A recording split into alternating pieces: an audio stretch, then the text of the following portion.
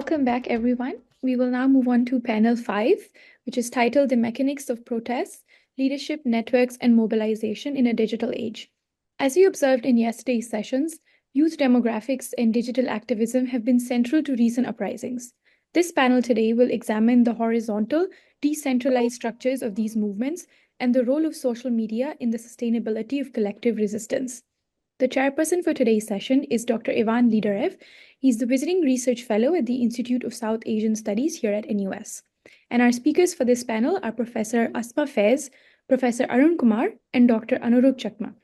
I now hand over the floor to Dr. Ivan to introduce the speakers and begin the discussion.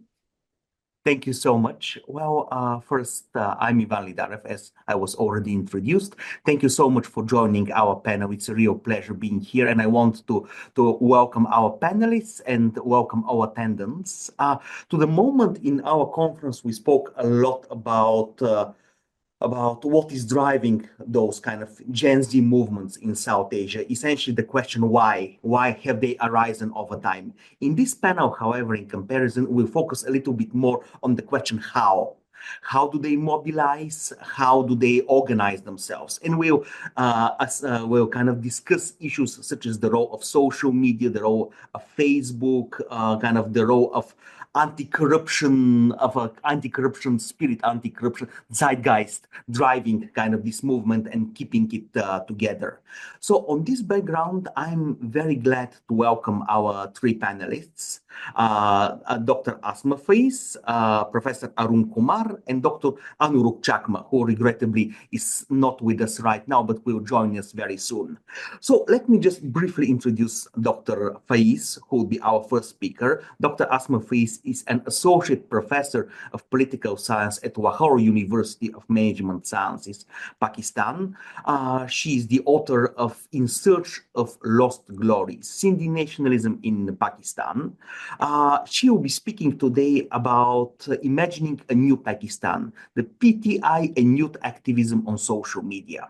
And then we'll move to Professor Arun Kumar, who has a very kind of long and distinguished biography, the most important part of which is that he has been for many years a professor at Jawaharlal Nehru University in JNU in India. And he has published massively on a lot of issues. He's very well known and very often speaks in the media. Professor Kumar today would be speaking about anti-corruption Gen Z revolt in South Asia. Finally, we'll be having Dr. Anurag Chakma, who holds a PhD in political science from School of Politics and International Relations at the Australian National University. And he will be speaking about Facebook and protest politics in South Asia.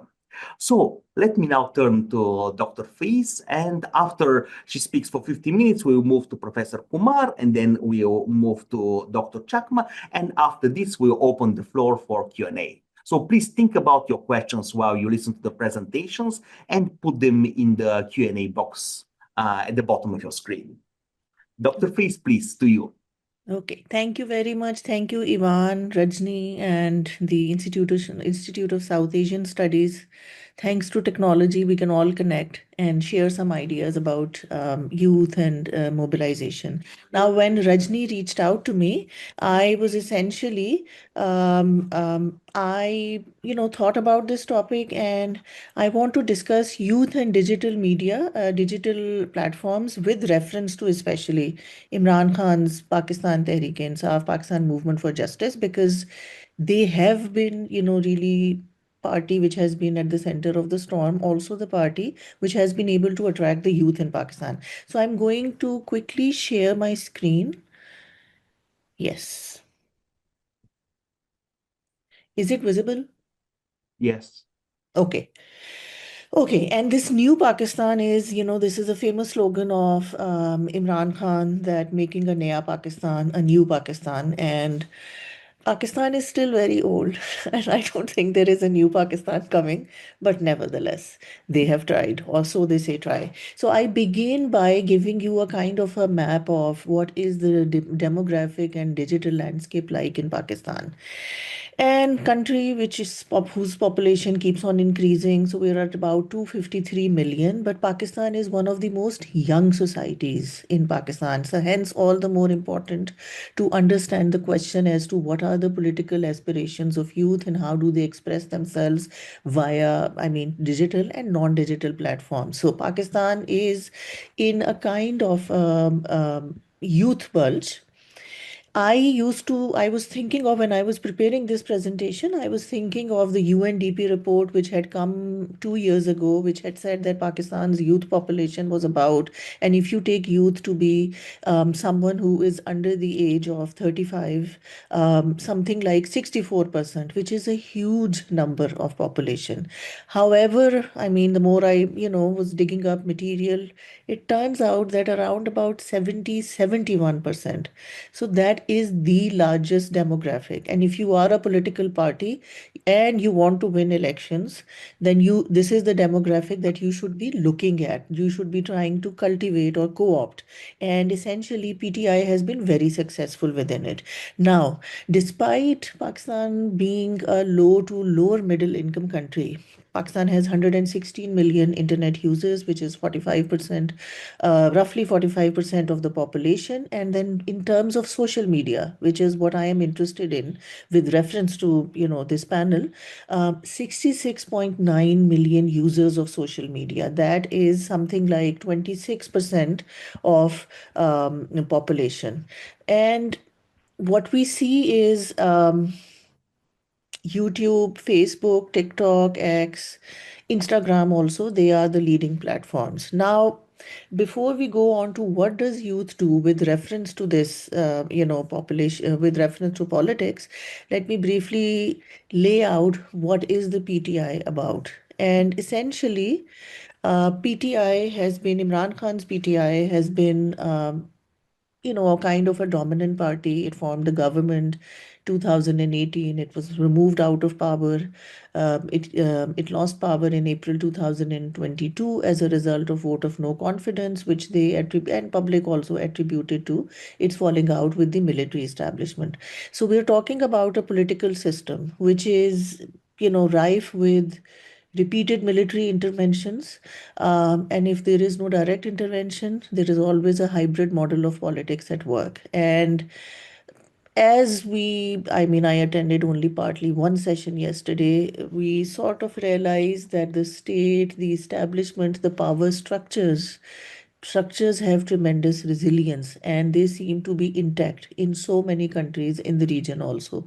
Same goes for Pakistan. So within this very hybrid landscape, it is the PTI which sort of emerged or which was labeled as an alternative to the two dominant parties, the Bhutto's Pakistan People's Party and the Nawaz Sharif and family, Pakistan Muslim League Nawaz, PMLN, who were, Pakistan existed in a kind of a loose bi-party or two-party kind of a political system from 1988 to the military coup 99 and then afterwards.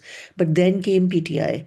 Now, PTI's claim to fame also was that it was described as a party which really represented the aspirations and the frustrations of middle classes and youth who were disillusioned with the old way of doing politics with the parties which were made up of traditional notables, etc., and it was trying to tap into that disillusionment. Now there have been some studies on this populist wave in Pakistan. So Pradeep Chibber and Dan Nasimullah, their famous book, they declared in their view, like if you look at the demand side of populism in Pakistan, then essentially it's about the massive crisis of representation in political systems. And this is not something new. Again, this is the failings, the limitations of existing party systems, which has led us to this fundamentally to this situation. Again, so there is a gap in terms of a suitable party that these new middle classes are they are disillusioned, they cannot find a representative voice for them, so they become interested in this new party of Imran Khan. Of course, the populist narrative, like many other populists all over the world, say no to dynastic politics. these are not political parties, these are dynasties. This used to be the slogan of Imran Khan, and because the parties have been dominated by ruling families like the Bhuttos and like the Sharifs. And Imran Khan was originally an outsider in some sense in the political system. He had no political background, just cricket, philanthropy, playboy, all of these characteristics. Then from 2011 onwards, when he became a serious contender for power, enough has been written on it that there was a kind of an arrangement with the Pakistan military, which has been the kingmaker. So he became an insider to the system till he fell out with the military and back to the outsider mold because he's currently in prison. Very quickly, again, I mention this because we have to understand that what is it that has attracted the youth towards this party? Essentially, a very populist narrative. Narrative is full of very right-wing, anti-Western kind of, sloganeering. So, I mean, I've written, some examples full of Islamic metaphors. Again, I mean, this is something that we see in other populists also.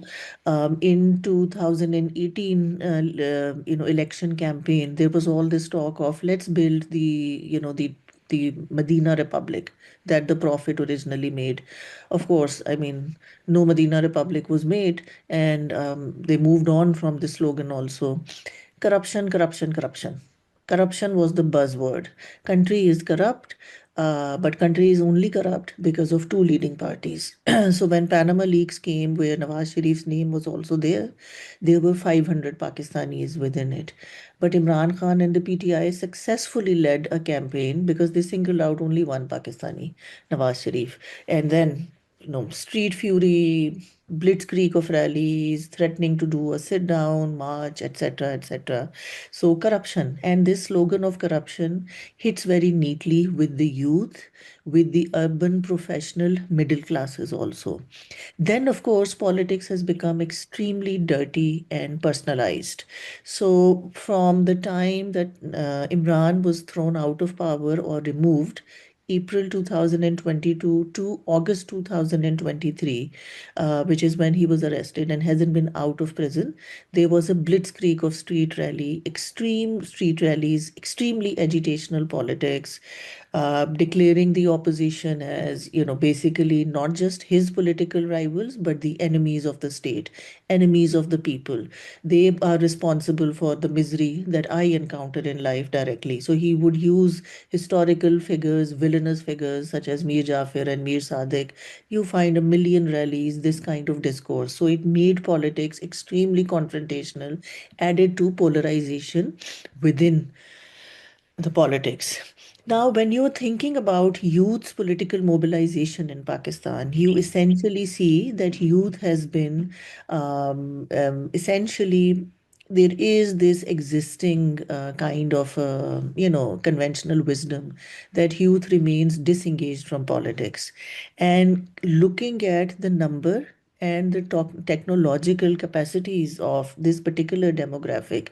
So Imran Khan's PTI was very smart in trying to tap into this resource. It will be flawed for us to think that youth has always been depoliticized in Pakistan because if we look at historic movements, especially movements against the two military dictators, Ayub's martial law, 1960s, then Musharraf's martial law, early 2000s, and also Bhutto, when he was removed from power 1977. So mass movements, they were essentially also a kind of byproduct of, or I mean, they were part of this umbrella movement sweeping through society. But youth was also at the heart of this. So youth has been active. One of the major turning points, watershed as far as youth's mobilization and essentially politics is concerned in Pakistan is 1980s when Pakistan was in the grip of this very massive martial laws, yeah, brutal martial law of Ziaul Haq, when he put a ban on student movements and student unions. So all kind of student political activity was banned, and from that period onwards, we see that there has been slowly, gradually a decline of politics on university campuses also. This is where your future leaders are supposed to be. So till Imran Khan comes into his own from 2011 onwards, we see, apart from, the last days of Musharraf regime, we don't see youth usually involved. Now, Mary Lal has an article and in Commonwealth and Comparative Politics, where she's trying to take stock of what is youth thinking in the midst of, this, when the populist wave is starting, and the whole war on terrorism was its peak. And she very neatly identifies that if you're looking at youth's political aspirations in Pakistan, what dominates their imagination? There have been progressive sections. There have been Islamists, especially Jamaat-e-Islami has a student wing. Unfortunately, the Shia-Sunni divide in Pakistan in 1990s were brutal as far as that sectarianism was concerned. So you had these sectarian outfits, political parties as well as even militant outfits, which had youth wings as well. We have a lot of several ethnic movements, the most prominent today being the Baloch ethnic movements, which is even going to the extent of there is a separatist trend within it as well. So ethnic movements have also had huge, or parts of their components have been based on youth mobilization. And then we have these occasional movements like against the Ayub dictatorship, against the Musharraf dictatorship, which have been steeped in the constitutionalist discourse also. So we have had these kinds of worldviews dominating the youth. Now, in case of the contemporary politics, as far as the Pakistani youth is concerned, and social media becomes very, very important, because I've just mentioned the worldview, the ideological aspirations of the Pakistani youth, and what we need to see is that what is shaping their point of view. And like, I guess, other Gen Z and other youth in different parts of the world, also in South Asia, it seems that social media is the maker and shaper of their opinions. This I have also found through my own research on populism as well, because whenever I ask this question, that where do you get your news from? I found almost more than 90% to be essentially, saying that they don't read conventional newspapers or even TV channels because it's all fraudulent, it's all fake news essentially, and they go for social media. So here, Pakistan Youth Survey said that 83% of the young voters, they are essentially being shaped by what they see on social media platforms. And in that sense, PTI becomes very important, because if ever there is a digital party in Pakistan, it has to be the PTI. There have been others also. There are others. For example, the whole blasphemy brigade. I mean, the party TLP, which has built a political career on blasphemy as a key, political slogan, TLP. TLP has a very active social media presence and is able to attract, lower middle class youth in Punjab and Sindh. You have the Baloch Yakjehti Committee, Baloch Unity Committee, which keeps on, which faces massive repression of the state, but which talks about enforced disappearances, abductions, state's heavy-handedness in Balochistan. It surprises me that how they continue to have, despite state's crackdown, but they have a very active social media presence. I mean, I always, get information about it via social media. And similarly, the PTM, Pashtun Tahaffuz movement, again, a movement which started in the former tribal areas of Pakistan, and which complained about military operations and military's excesses in fighting the war against terrorism. And PTM also has a very active social media presence. So what I'm trying to say is that among the mainstream parties, if there is a party which has its hands on the youth's pulse in some sense, that's PTI. But there are other contenders also, other parties as well, other movements as well, who are engaged in contentious politics, who are, tapping into this. this essentially. Now, of course, PTI from its beginning has had Kaptan, as Imran Khan is known as captain, again, because he liked to use a lot of cricket analogies, because he himself was a cricketer back in the day. So, I mean, they keep on using it. So, his party has a massive youth wing, and they have been engaged in a full-scale digital warfare in some sense, and which has been very successful in shaping their imagination. Now, when we look at essentially what impact has youth's digital engagement had, what impact does it have on prospects of, let's say, democratization in Pakistan? I was looking at an earlier, think tank report by Michael Kugelman, writing in 2012, and essentially he basically said, um, okay, thank you, Ivan. And rest we can cover in in the Q&A also. I'll very quickly, go through it. Um, if you look at essentially how has social media impacted, Pakistan's youth politics, like so many writings on social media and politics, we have also gone towards, fake news. We have echo chambers, and what has happened is that there is an avalanche of fake news and conspiracy theories on Pakistani social media platform, fundamentally.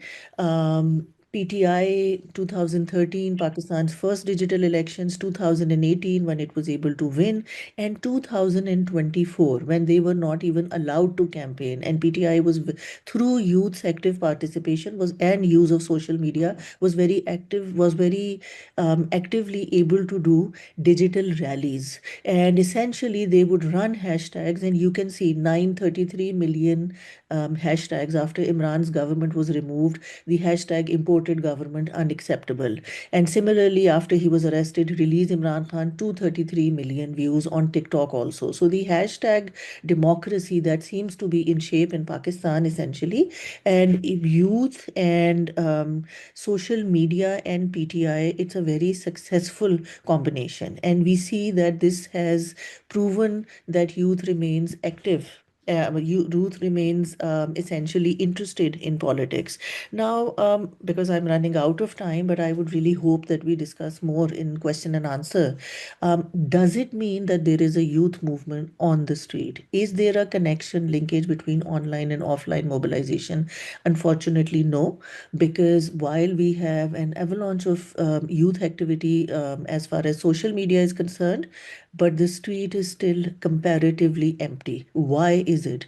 Is it because the youth doesn't have aspirations? No, but the state has also, and the governments have also found ways of cracking down. So, in terms of essentially, civil society and contentious politics, these parties and movements, they have taken a step back because of the massive, heavy-handed use of force by the state also. So, if we were operating in the age of digital populism, we have certainly, as far as Pakistan is concerned, entered into the age of digital authoritarianism, censorship, surveillance, and of course, especially this. This one thing has made huge impact. PICA ordinance, the Pakistan Electronic Crimes Act, and we have just now in this month have the establishment of Social Media Regulation Authority, and the first person has been appointed to lead its head. So any tweet, any social media message that is considered to be against the state, against any kind of institution of the state, anti-state, you can be arrested and you can be punished for up to 5 years in prison. And there have been some famous examples of it too, so as to create a deterrence as well. So when we look at the state, when we look at the overall hybrid or political climate, we see that despite youth being a very large chunk of population and being deeply engaged with social media and being online, showing online political mobilization, that online political mobilization has not been able to change events in the street. The street, unfortunately, it remains in a status quo like position. Thank you very much.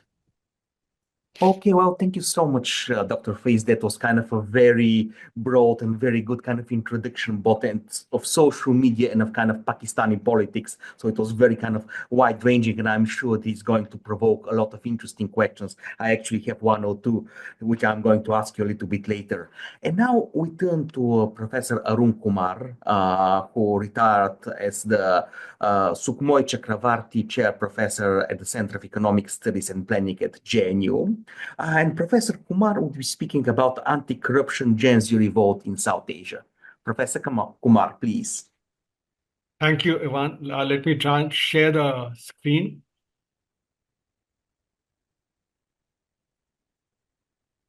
Okay, can you see the screen? Yes. Okay, good. The title is Gen Z Revolt Against Corruption in South Asia. Are they harbingers of change? As an introduction, okay. I'm speaking in panel 5, but I was supposed to speak in panel 4 on anti-corruption movements and the politics of structural change. So what I'm doing here is to combine both these topics into this talk so that, I do justice to the earlier one as well as to the current, one. So in a sense, what I'll be doing is presenting what I've been writing on what I call the black economy in India since the 1980s. And I've covered anti-corruption movements in my writings on the black economy. And I'll explain what I mean by the black economy because very often people don't know or don't understand what the black economy is. The black economy is that part of the economy which evades taxes. So broadly, people who do not pay taxes, and that links up to illegality in society. So I'll be using this, metaphor basically. So what we are doing is that we are talking about corruption. But my argument has been that problem is not just corruption, but the larger issue of black economy. The two are not the same, but they're interlinked. What I have shown is that as corruption in India has grown, so has the black economy. In my book in 1999, I looked at the front pages of newspapers from 1956 to 1996, and I showed how the number of cases, the major cases of corruption in India grew dramatically, and the amount of money involved per case has also grown dramatically, and this pattern has continued. So the point is that the black economy is linked to the wider social issues. It is not just linked to corruption. Corruption is only one aspect of the black economy, and it's the wider aspect of the black economy that actually results in the widespread social problems that are confronted. In a sense, corruption implies that there's a quid pro quo. Whereas black economy does not necessarily imply a quid pro quo.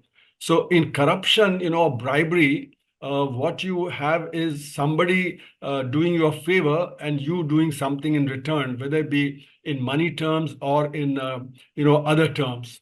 So what needs to be understood is the impact of anti-corruption movement and what is it that they can achieve if they are only linked to corruption and not to the wider issue of black economy.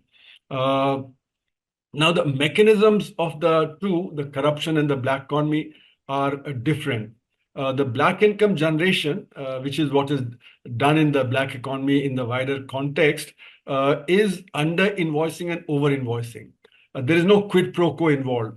So, for instance, if there's a doctor who sees 50 patients and declares the income of 30 patients, but not of the remaining 20, then the amount of money that he gets from the 20 patients, that actually constitutes the black income generation process. So what is done is typically you over invoice costs and under invoice revenue. So therefore, there's an undeclared revenue and an undeclared cost. They together forms the black income generation. So clearly, there are two kinds of activities in society, the legal activities and illegal activities. Legal activities are the one which are allowed by law. So like agriculture, industry, finance, trade, etc. But illegal activities are not allowed by law. So you have narcotic drug trafficking, hawala and various other such activities.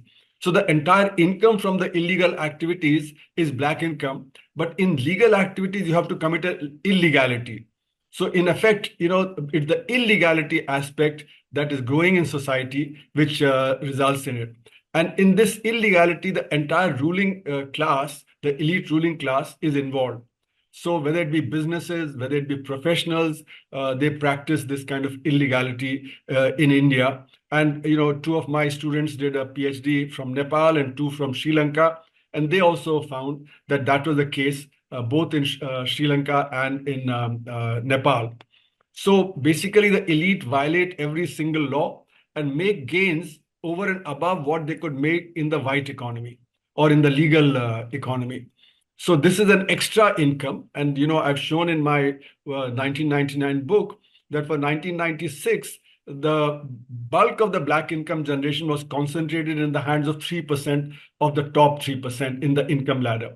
So 3% gain, 97% suffered as a result of the black economy. So, for instance, to get admission into educational institutions, you have to pay a capitation fee, and which in medical schools or in engineering schools could run into $100,000 or even more.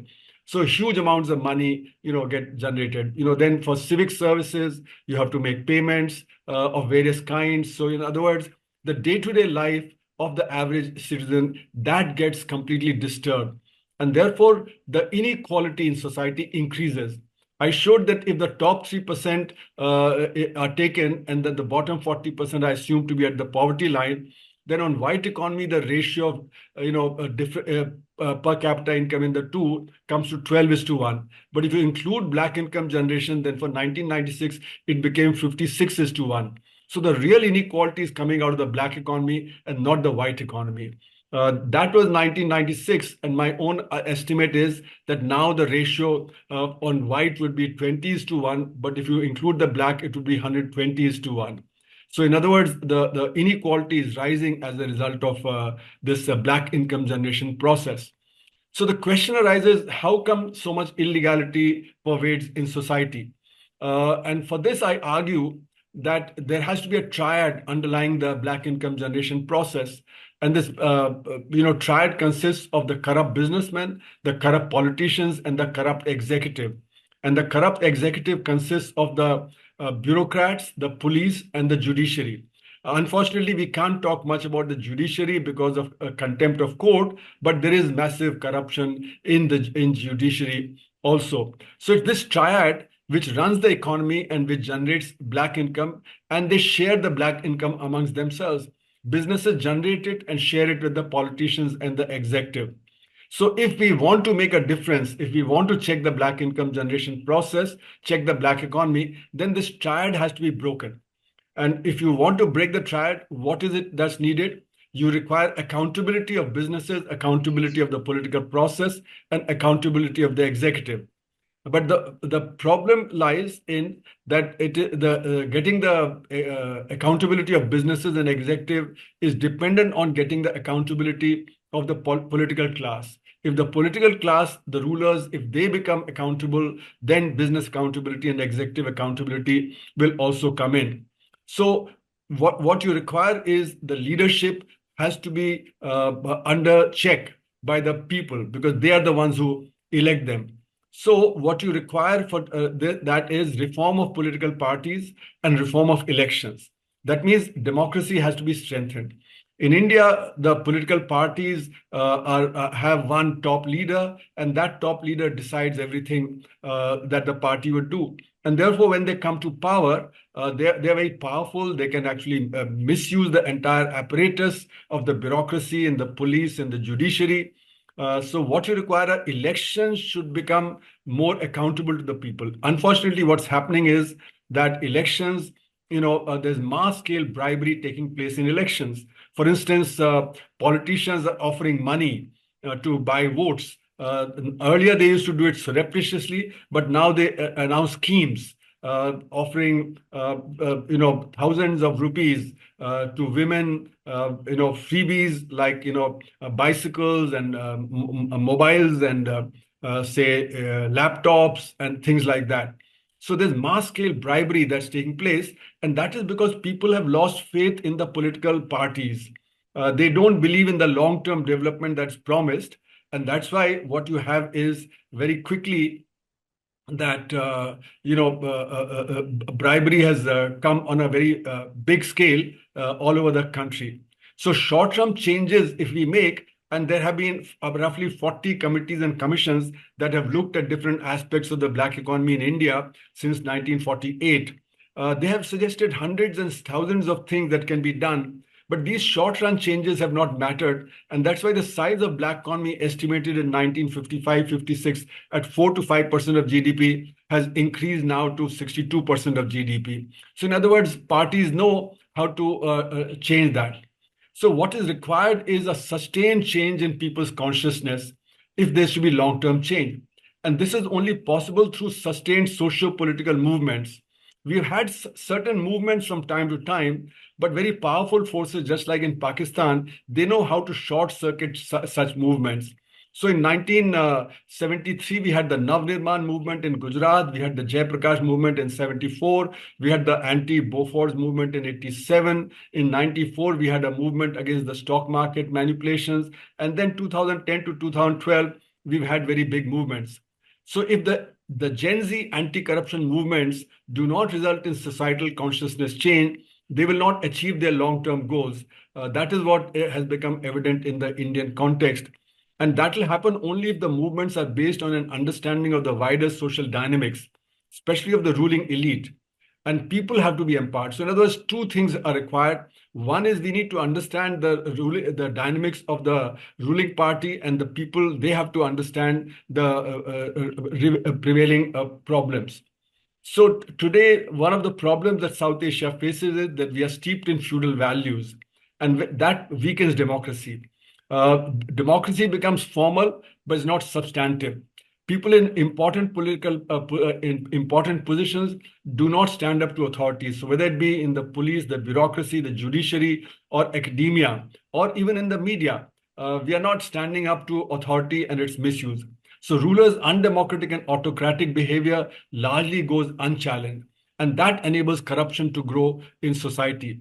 Institutions of democracy remain weak, whether it be the parliament, the legislations, because a lot of people with criminal background, they have entered parliament, they have entered the legislatures, and they therefore make the democracy rather hollow.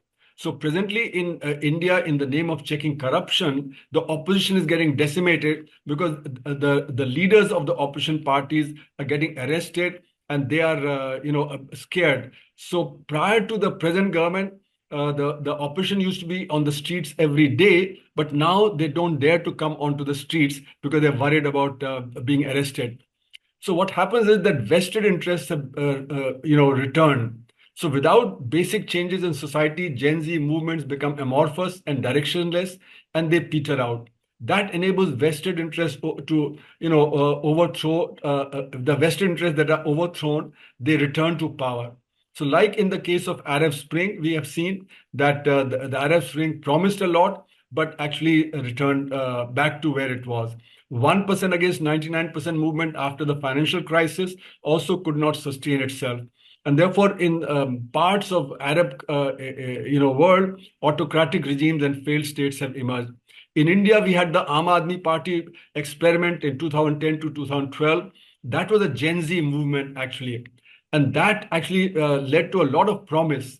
But the moneyed and the powerful have managed to dominate it. And therefore, the vested interests have returned in this Aam Aadmi Party movement as well. So to conclude, given that I'm running out of time, Gen Z movements have not resulted in structural changes in society or change in consciousness of people. Feudal consciousness pervades, and that's why we don't give enough emphasis to education, to health, and to various issues of the people. An alternative democratic structure needs to be in place. We need new leadership which has a wider understanding of the society, and not just the aim at becoming rulers. That's what seems to be happening, that people who overthrow the system, they actually become the rulers and take on this very similar characteristic to the earlier thing. So we should not just aim at reducing corruption, but bringing about accountability, which means strengthening democracy. Thanks for your patience. Thank you, sir, for a very kind of comprehensive and kind of thorough presentation, kind of which also covered a very long time span. So now I will turn to Dr. Anurag Chakma. Dr. Chakma, are you with us? Yes, Yes, thank Dr. you. Chakma is Thank you, here. Arvind. Well, apart from holding a PhD in political science from Australian National University, Dr. Chakma is right now a research fellow at the School of Government and International Relations at Griffith University, and also visiting fellow at the School of Regulation and Global Governance at the Australian National University. So Dr. Chakma today will speak about Facebook and the protest politics in South Asia. Dr. Chakma, up to you. Yeah, thank you so much.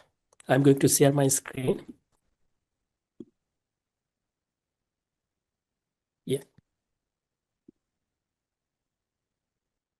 Can you see my screen, please? Yes. Yes, Okay, we thank can. you. Yes. Yeah. Good afternoon, everyone, and thank you for being here.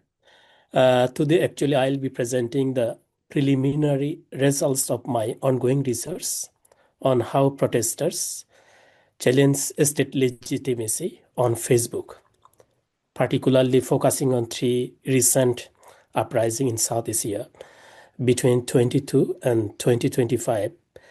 And the central question I am examining in this study is not just how people protest, but how they talk about the state legitimacy during moments of crisis and state repression. And more importantly, how platforms like Facebook become key space where political authorities publicly contested and challenged. So, each case study begins with a different trigger of protest and violence. And they share a remarkable similar trajectory, moving from initial grievances to mass mobilization, then state repression, followed by, political crisis. In Nepal case, we have seen protests were sparked by a government ban on social media and corruption scandal. And in Bangladesh, from where I am, the reinstatement of the quota system in public sector job triggered student-led protest movement. In Sri Lanka, we know a severe economic crisis, in the form of inflation, fuel shortage, and debt led to widespread public mobilization. So despite these different starting points of these uprisings, the underlying causes across all three cases are quite similar. What are the similarities? Corruption, government failure, inequality, and growing public frustration. And interestingly, all three governments responded to the crisis with similar kinds of, brutal methods, including curfews, arrest, violence, even internet shutdown. More importantly, all these cases, has one similar outcome, that is the resignation of the heads of the government. Now, what is particularly important for this study is how this protest actually unfolded on Facebook. So we typically think of protest or repression as a tool to suppress dissent, to reduce protest, limit participation, and silence opposition. But actually, what we observe in these cases suggests something quite different, because social media creates a network public sphere where political authority is not only visible but openly contested. So protesters use Facebook to express their injustice and their frustration. They challenge political authority and influence broader public narratives. So across these three case studies, we can see that Facebook is central not only to protest communication, but to the formation and circulation of political narratives about, about the critics of the government. And so that's why the puzzle is repression is used to silence discourse, silence people, but actually in three case studies, it has intensified public challenges to state legitimacy online. Let me now situate this puzzle within the broader literature. A large body of research, particularly on anti-government protests from Europe to Latin America to Africa and Asia, we can see scholars addressed or why and how people mobilize, but there is they primarily focus on participation, what I mean, but we know much less about something equally important, that is how people talk about the state legitimacy under the moment of repression and crisis, how they challenge the political authority, how they delegitimize the state. So to address this gap, I focus on, a simple mechanism, that is repression. If you see the figure here, repression and crisis increases grievances, and these grievances are then translated into legitimacy contestation, not only on the street, but nowadays increasingly online in South Asian context. And Facebook plays a crucial role by amplifying messages, enabling diffusion, and sustaining public debate.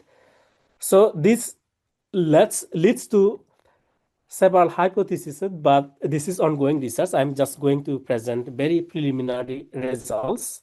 So I'll just briefly introduce the hypotheses. One is repression and crisis increase legitimacy contestation.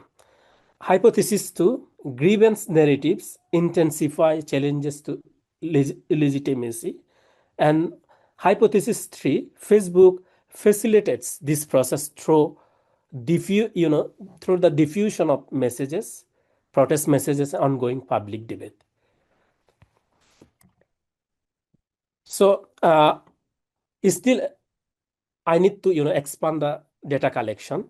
Here I'm going to explain the data collection strategy.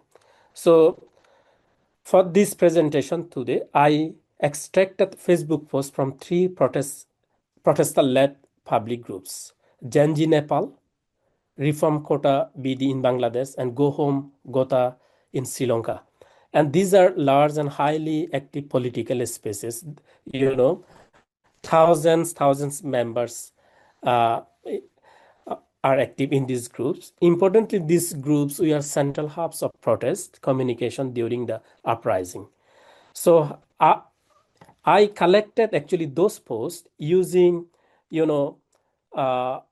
using a combination of protest-related, repression-related, and delegitimization-related keywords across both English and local languages. Now, I'm going to explain the method. Actually, I begin by converting Facebook posts into, analytically useful variables.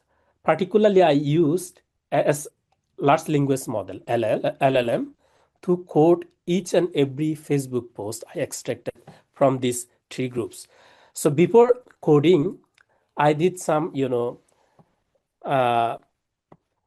pre-processing task, text pre-processing, cleaning, filtering, translating task. Then I basically used LLM to code the Facebook post. And I tried to, I coded each post and also classified along multiple dimensions. If you see the, framework, repression, reference, grievance narratives, and legitimacy contestation. So all these variables are actually binary. If the post mention about, about the grievance, let's say the abuse of the government or corruption, then yes equal to 1. Otherwise, I quote, LLM quotes 0. So this is the results I am going to explain. So here we can see actually message diffusion is the most prevalent feature, followed closely by legitimacy contestation. And what does this mean? Facebook is not just being used to express opinion, it is actively being used by protesters to circulate political messages online. Secondly, we observe a very high presence of grievance narratives, including injustice, corruption, and government failures. So this is very important because protest discourse is strongly grounded in interpretation of state failure.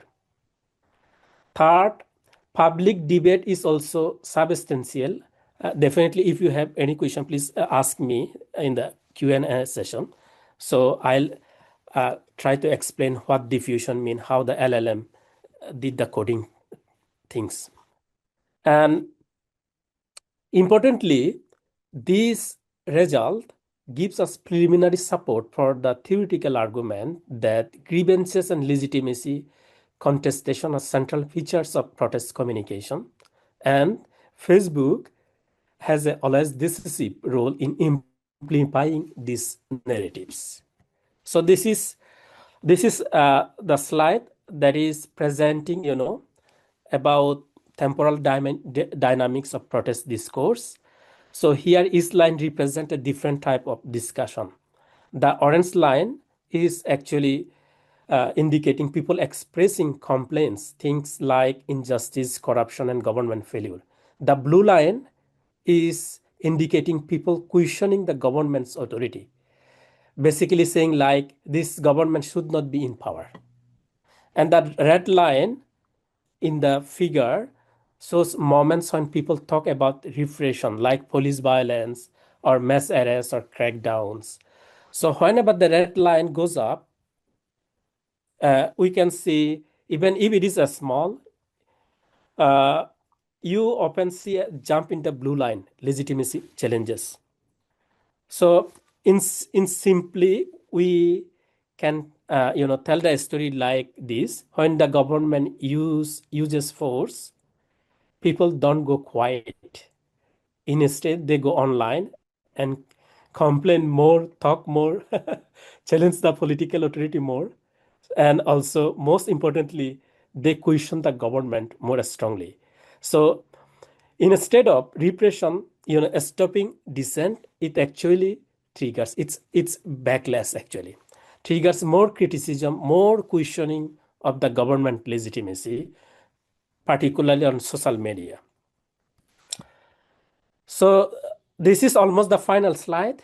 So here we can see each panel. There are 3 panels on this figure. One panel is for Bangladesh, one for Nepal, and one for Sri Lanka. So each panel shows that people are talking about on Facebook. And here, similar to the previous chart, I used 3 colors to indicate 3 things. Orange color for complaints, it's actually grievances of the public, online public netizens, and blue color for questioning the government, and red color for repression. So in Bangladesh, we can see a dramatic moment when repression spike. So right after that, the blue line questioning the government also jumps as strongly. So when repression increases, people respond by challenging the government more openly online. So in Nepal, the pattern is a bit more, complex. There are repeated smaller spikes in repression, and alongside that, we see consistent increases in grievances and legitimacy challenges. So what does this indicate? This suggests a more ongoing conversation when people continuously debate and question the state. So in Sri Lanka, there is a sharp rise in repression followed by high level of grievance and legitimacy contestation. So again, we can see the similar pattern. Repression is always followed by more criticism of the government, not less. So finally, this is the last slide. To conclude, the key takeaways from this study is quite simple.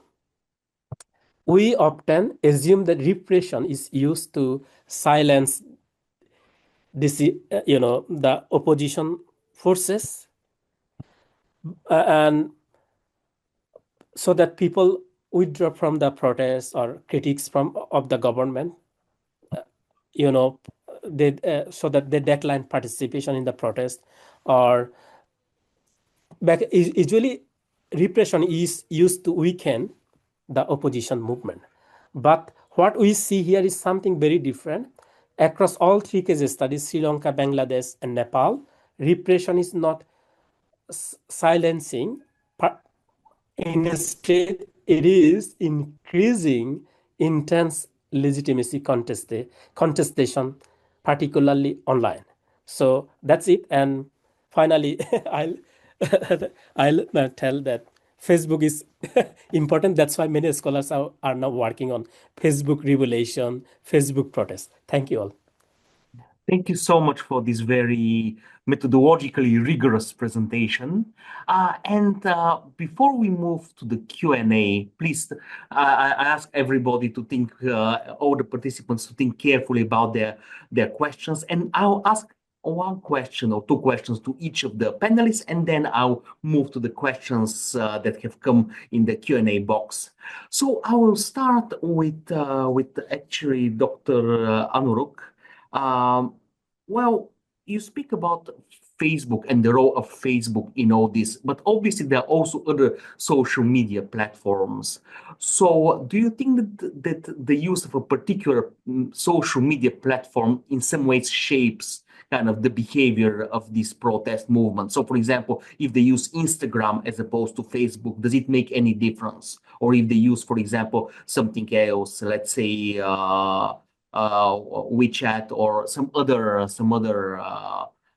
means for mobilization. My question for Professor Kumar is that, well, obviously there have been previous kind of protest movements based on corruption, like you mentioned, for example, the 2010-2011 movement, which I think was spearheaded by Mr. Hazare, I think Anna Hazare. But eventually these movements peter out unless they kind of move into politics. But once they move into politics, inherently they get enmeshed with the status quo, which many people argue is exactly what happened with the Aam Aadmi Party. So in a certain sense, how a movement can influence the fight against corruption or against the black economy without becoming part of the political status quo. I mean, to me, at least, it feels a little bit like a chicken and egg problem to some extent. It's a very, very famous problem, the clean hands problem, the dirty hands problem in political science. And my question for Professor Dr.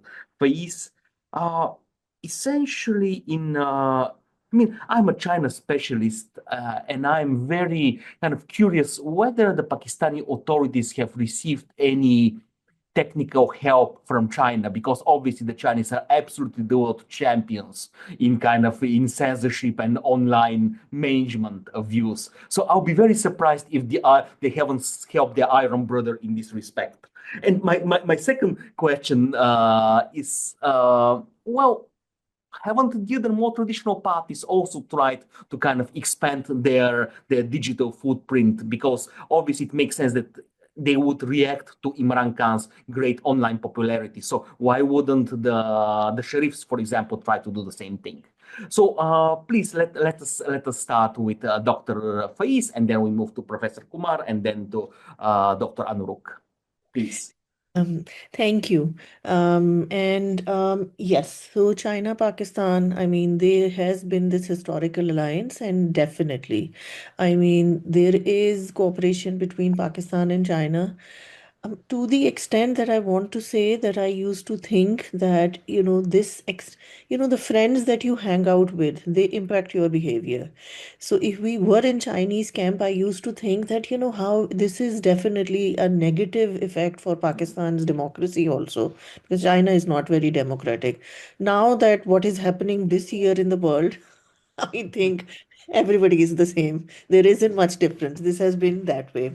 I mean, this is that kind of year which breaks all of your previous, ideals essentially. But defense, definitely. Then the Belt and Road Initiative, in some sense, one of its first stops was the China-Pakistan Economic Corridor. I'm working on another project where we are looking at, citizenship and democracy in corridor versus non-corridor settings also. So while there is a long way to go in terms of materializing the benefits, reaping the benefits of the China-Pakistan Economic Corridor CPEC, but that is something that Pakistani governments have been clamoring about and like selling that, oh, this is the game changer. Is it really a game changer? I don't know. We need to wait and see for that. But China remains hugely significant, which is why it is so difficult to do a balancing act between US and China. The Pakistani government, current government, has been very happy. This suddenly warming up of relations with Donald Trump. And I mean, yesterday they were showing in the news that maybe there is some kind of mediation effort in which Pakistan is involved between Saudi Arabia and Iran. With Iran, you have a 900-kilometer border in a huge 20% Shia population. With Saudi Arabia, which always bails out Pakistan, there is a defense pact and a collective security, clause is there in that defense pact. So it's an extremely difficult balancing act. How to balance between Saudi Arabia and China, how to balance between Saudi Arabia and Iran, and how to balance between Pakistan, US, and China. And not easy in that sense. But China remains hugely significant, and growing number of Chinese are also working in Pakistan, and who have also been then recipients of or targets of attacks from ethnic militants, especially in Balochistan, who say that, Chinese bringing development is like East India Company, that it will not benefit them, it will lead to more internal colonialism, etc. And again, so security again, once again, becomes involved in it. Secondly, yes, more traditional parties like PPP and PMLN, they have invested in social media. So, for example, we now have a woman chief minister in Punjab, Nawaz Sharif's daughter, Mariam. Now, Yeah. Mariam is very active on TikTok, for instance. I think they need to go a long way in learning how to play this game because they don't do it very well. And I mean, she particularly, it's also the misogyny of Pakistani party, Pakistani society in general, that she receives the most horrendous, gutter politics kind of comments on her posts, etc. And they're trying to catch up, but they are, light years behind PTI. So when Imran Khan was in jail and received three convictions, literally 10 days before the February 24 elections, party was not allowed to do any kind of campaigning, no street corner meetings, no public rallies. But they were technologically so sophisticated that they did, AI generated speeches of Imran Khan. So as if Imran Khan is talking to you from his prison cell also. You would watch it. I've seen those propaganda videos. You feel like voting for the person because they are so well made, even though you know that he was quite horrendous when he was in power also. Then also Twitter rallies. Pakistani government then ultimately decided to block Twitter X. They were so, essentially, they were so worried about the kind of outreach that it was happening. And it was remarkable that PTI was able to come up with, special apps. So their symbol of the party was taken away by the Supreme Court, which meant that if you had 270 constituencies and people contesting elections, in each constituency, PTI candidate will have a different election symbol. But it was remarkable that PTI's youth technology wing was able to come up with an app which provided information to about every constituency, and they ended up doing really well. Other parties definitely need to do far more if they want to win this game with PTI. Right now, PTI is winning this game. Thank you. Thank you, Professor Kumar. Yeah, So as you said, and as I said in my talk, I mean, there have been several movements in India since the 1970s against corruption. The earlier movements, of course, were pre-Facebook, pre-digital media. And you know, the strength of the Indian democracy was that each time the government would bend, each time the government would accommodate the opposition and the movement. You know, so whether it be Jayaprakash Narayan movement, the emergency was launched, and then Indira Gandhi ordered election, and we were back to democracy. That was a very brutal repression with maybe about 100,000 political workers and so on arrested. Then, we have the Bofors movement, in 87, where, corruption in defense became a big issue. And again, the government bent, and similarly in the 2010 to 2012 Anna Hazare Ramdev movement, again, the government bent, it appointed Lokpal, and that's the ombudsman and so on, to try and accommodate. So governments have known what to do. Also, post 2012, I mean, the 2010-2012 movement is also like a Gen Z movement because a lot of youth were involved in the movement. And Arvind Kejriwal, the leader of India Against Corruption, he effectively used social media and the youth to actually propagate his views. But it wasn't so widespread as it has become now. Now, the ruling party is very effectively using the social media. And they have hundreds of thousands of groups that they have created to propagate their philosophy of Hindutva. So Hindutva has been spreading very widely, and that is used to actually counter whatever movements come up. The second thing they've done is they have arrested a lot of leaders from the opposition parties, and that has silenced the opposition parties to a considerable extent. Before 2014, the opposition party, the current ruling party, was on the streets every day. Now you don't see that, in spite of massive problems that the youth faces of unemployment. The highest amount of unemployment is in the age group of 15 to 29, and also of women. And yet the youth movement has not picked up. There are several scattered movements against displacement, against unemployment and so on, but they don't have the steam to actually take on. And the government propaganda is widespread. For instance, there is an unorganized sector in India and there's an organized sector. The unorganized sector employs 94% of the people. Organized sector only employs 6%. And the data comes from this 6%, not the 94%. On that basis, the government claims the economy is the fastest growing large economy at 7%, whereas actually, if you incorporate the unorganized sector, the economy is growing at barely 2%. So the government keeps claiming that we are now the fourth largest economy in the world, ahead of Japan, but we are actually the seventh largest ahead of Italy. But the propaganda is so great because the ruling class has managed to capture the media. It has managed to capture the social media. It's got the instrumentality of the state.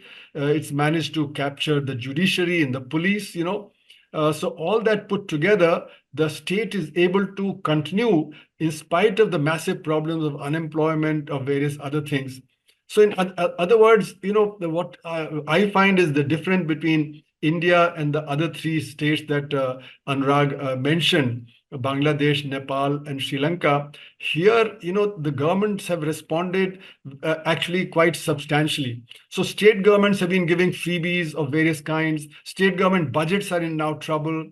In Himachal Pradesh, one of the big states of North India, the government could not pay salaries to the bureaucrats for a few days because of the crisis. In Maharashtra, one of the big states, they could not carry forward the scheme of Ladli Behna, which was giving thousands of rupees of cash to women. Similarly, in Delhi, the government could not do that. So in spite of all that, what you find is that the government is responding to the people at the bottom by giving them handouts.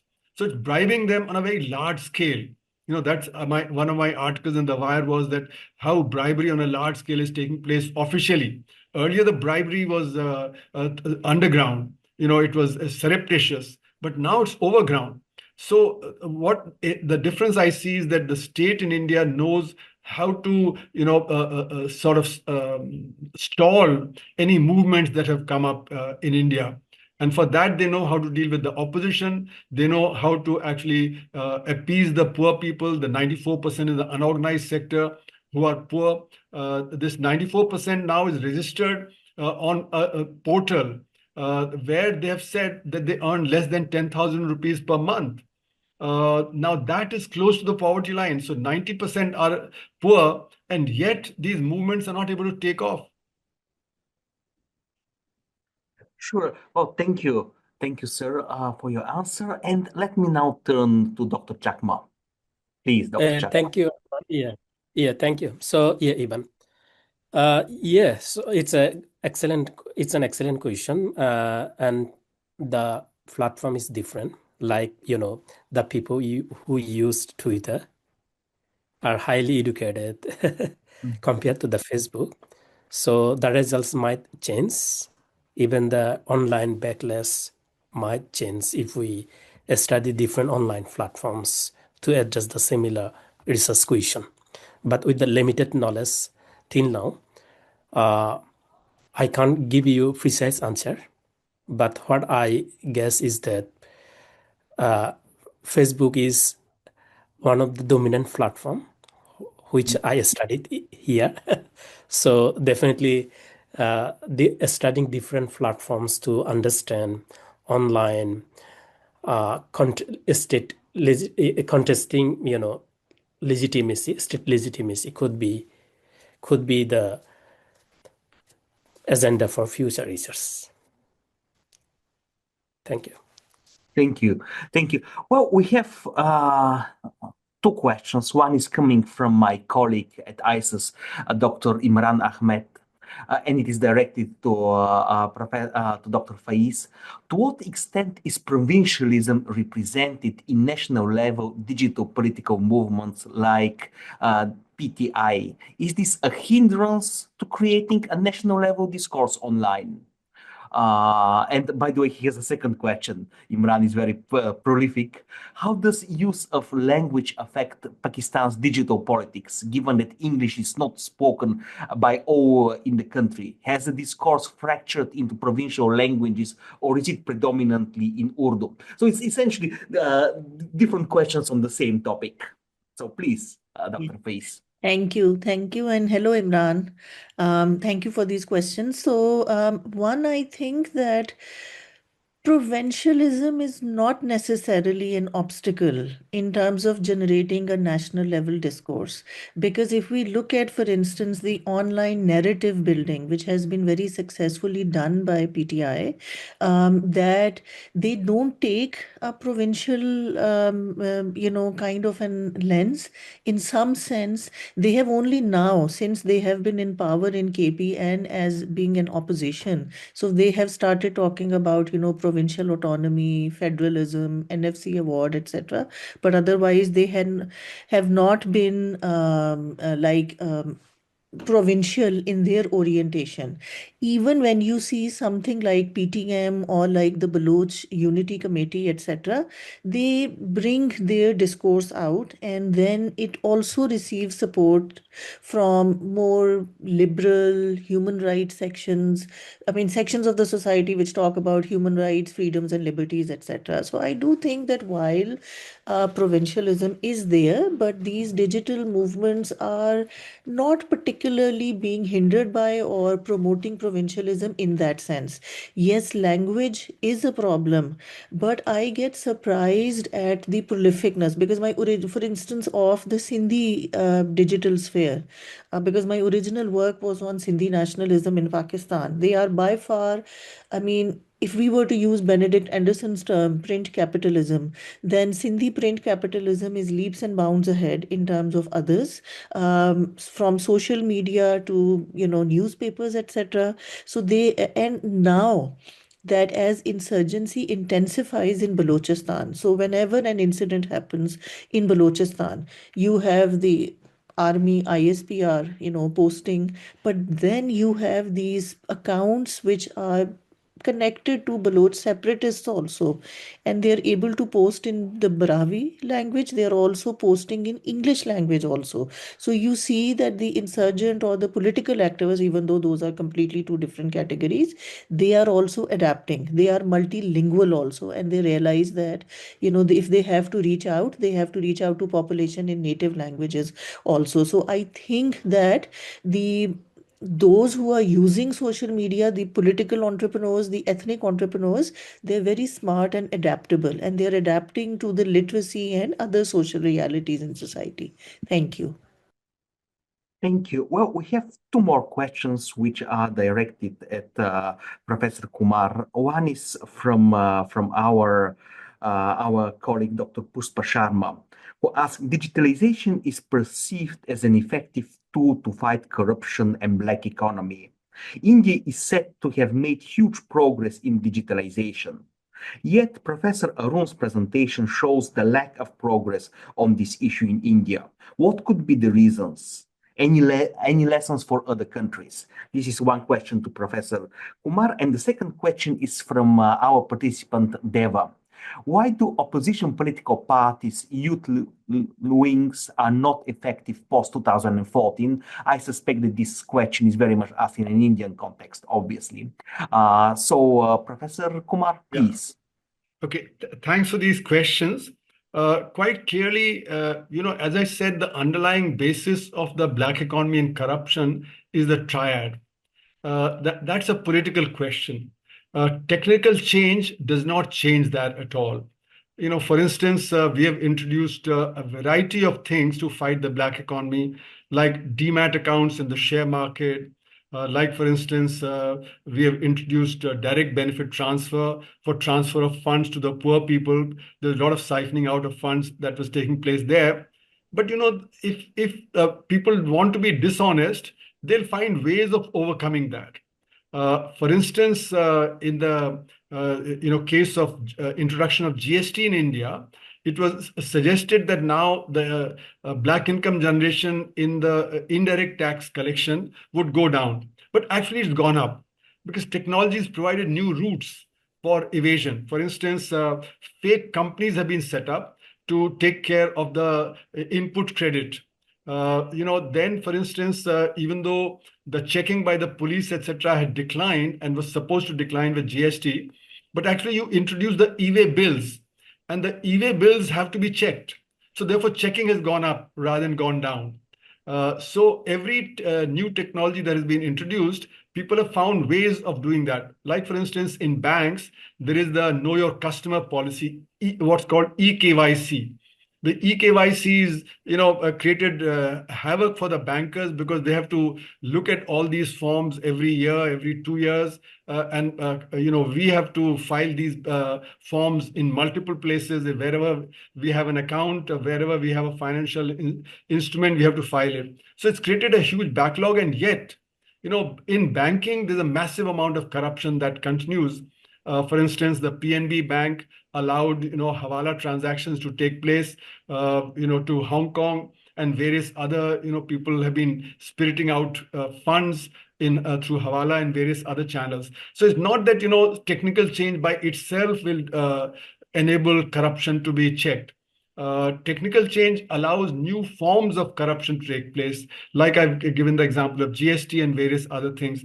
So what we have to do is we have to get the rulers to become honest. If the political class becomes honest, if the executive becomes honest, they'll check any kind of corruption or black income generation, provided they implement the laws. If you don't implement the law, no matter how good it is, it'll get violated. So therefore, digitization by itself is not good enough. And I can give any number of other examples of where digitization has been introduced in India, but it hasn't checked corruption in those kind of things. Not only that, digitization has led to new forms of illegality. For instance, digital arrest is taking place where the elderly, they are panicked into giving up their account numbers, and they're losing tens of thousands of dollars of their savings as a result, and in some cases even millions of dollars of their savings. have been siphoned out by these criminals. So a variety of illegality. Then we know internationally also with the coming of cryptos, people are being blackmailed and money is being taken in the form of cryptos so that they cannot be tracked. So the technology can be circumvented by the dishonest, but technology also introduces new ways in which black incomes and illegality can be done. Now, the other question, which is about the opposition and the youth wing, as I said, the ruling party itself has a huge army on the net, whether it be Facebook or various other memes and reels and whatnot, and they're spreading fake news in a mass scale. They, what we call the Facebook University, the digital university, where fake news is being spread at such a wide scale that you color the perceptions of the people. So Hindutva is being spread through this fake university. That's at such a huge scale, the opposition is unable to match because the resources required are enormous. Then this digital medium is being used to fight elections. They form groups of 1,000 people each, and they keep track of what their perceptions are. They can also disenfranchise people who they think will vote against them, because once they have the digital information, they can actually go to those people and buy out their election card. They offer money to them so that they don't go and vote when the vote takes place. Or now they're being disenfranchised because the election commission is holding what is called the regular revision of the rolls. And in the regular revision of the rolls, people who may actually vote against the ruling party, they're getting disenfranchised. So there are, the use of electronic media by the ruling party is far greater than what can be matched by the opposition, given the resources, given the people, and given the Hinduization that is taking deep roots in society. Thank you, Professor Kumar. Well, I would like to ask a general question to all of our three panelists, because each of you focuses primarily on one country, Pakistan, India, or Bangladesh. And we're speaking about the mechanics of protest, especially focusing on the digital element. But obviously, all three countries have a very rich history of protest in the pre-digital age. So the big question I think that many of our viewers probably asking themselves is, what is different in the mechanics of the digital age? How protest is different? And what kind of weaknesses and strengths does this new protest have? Essentially, if you compare protests in, let's say, in Pakistan in the last 4 or 5 years compared to protests, let's say, in the 1970s or 1980s against Zulfikar Ali Bhutto or against General Zia, how things have changed, what weaknesses and strengths does this create? And obviously, we can make such comparisons with previous protests in Bangladesh against General Ershad, excuse me, or for example, India protests, let's say, in the 1970s against the emergency of Indira Gandhi. So essentially, to what an extent digital element has changed the mechanics of protest? What are the strengths and weaknesses that this is given to the protest? So who would like to take first the question? I mean, shall I start? Yes, please, Dr. Yes. Please. Thank you, Ivan. Thank you for this. And you're definitely correct in raising this issue that the mechanics of protest, there has been a change. So if we look at, the more old style protest, and as you've rightly pointed out, that Pakistan is not devoid of this history of, contention and resistance coming from society. We see that, in words of, Sidney Tarrow, the repertoires of contention have changed with the arrival of these digital platforms. But I do think that while technology has empowered the ordinary citizen, it has also tremendously empowered the states also, that the citizens are trying to challenge. So in some sense, there is an empowerment of, protesters. So for instance, networking. getting the message out, trying to bypass, if you're trying to bypass the physical restrictions in some sense, which is why, by the way, that the states have then, like state in Pakistan, government in Pakistan, they have been forced to then resort to extraordinary measures. So we have, a student group. I mean, I have two students who are currently doing a thesis on internet shutdowns in Pakistan, to the extent that if there is a possibility of a of a protest in the street, the government just slows the internet, and then you're given a question, you're given an excuse that the fiber optics that are coming to Pakistan, they have been damaged under the sea. It could be that they have been damaged under the sea, but there is also like kind of a vested interest. So there is an empowerment of protesters, there is greater repertoires of contention available at their disposal, but it works both ways also, because it has also empowered the state also. If I were to then see that, I mean, has my ability to do contention and to question and resistance power increased, amplified because of these new tools that are at my disposal? Right now, it doesn't seem to be the case, because what we have seen is that in the last 2 years, many new laws and legislations have also come up. Now, even if you forget, call to protest, if you have just, laid out the preamble in some sense by questioning a Supreme Court decision, you can be charged under PICA for saying something which is critical of the key institution of the state also. So it's become, state is quickly adapting itself. Thank you. Thank you. Dr. Chakma? I'm sorry, please turn on your microphone. Okay. Thank you. Thank you, Ivan, again. Yeah, so I would like to respond to this question by focusing on a number of variables. One is leadership. So in online protest, mobilization, actually the leadership of protest leadership is decentralized. Whereas in earlier decades, when no digital, tools were available, so protest we are centralized under the central leadership. So that's one. Another one is cost. So the cost of participation in the protest is low in online, era compared to the earlier decades. And another variable is the speed.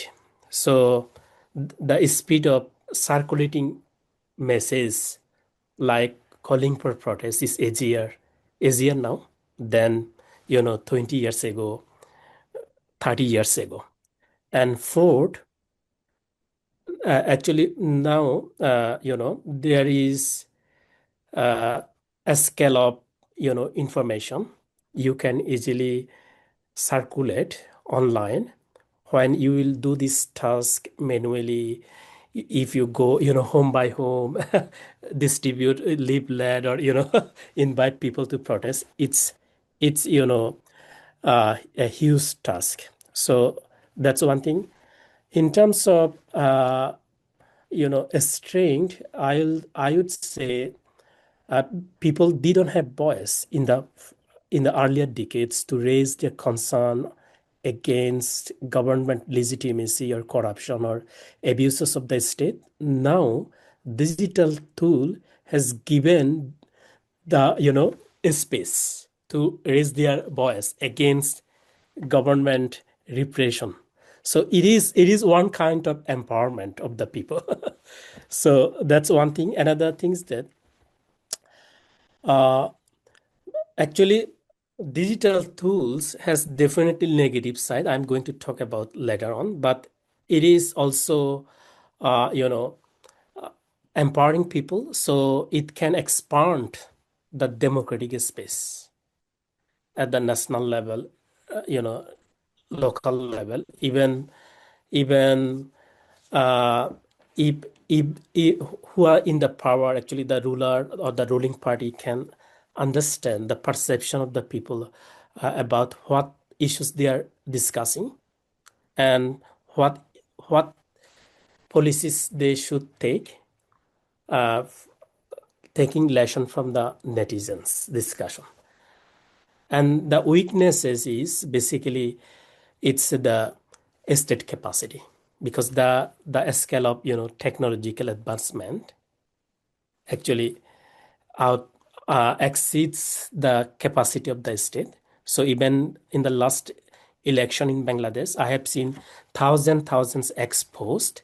We are circulated to spread the rumor about the election, just to I'm so sorry to interrupt you, but because yeah, we're okay, starting yeah, to yeah, run out of time, so sorry. This was a very good and kind of very yeah, comprehensive yeah. response. Thank you. Now, ask Okay. Professor Kumar for a very brief Yeah. comment. Yeah. So what I see is that the countries in South Asia that we're talking about are rather different.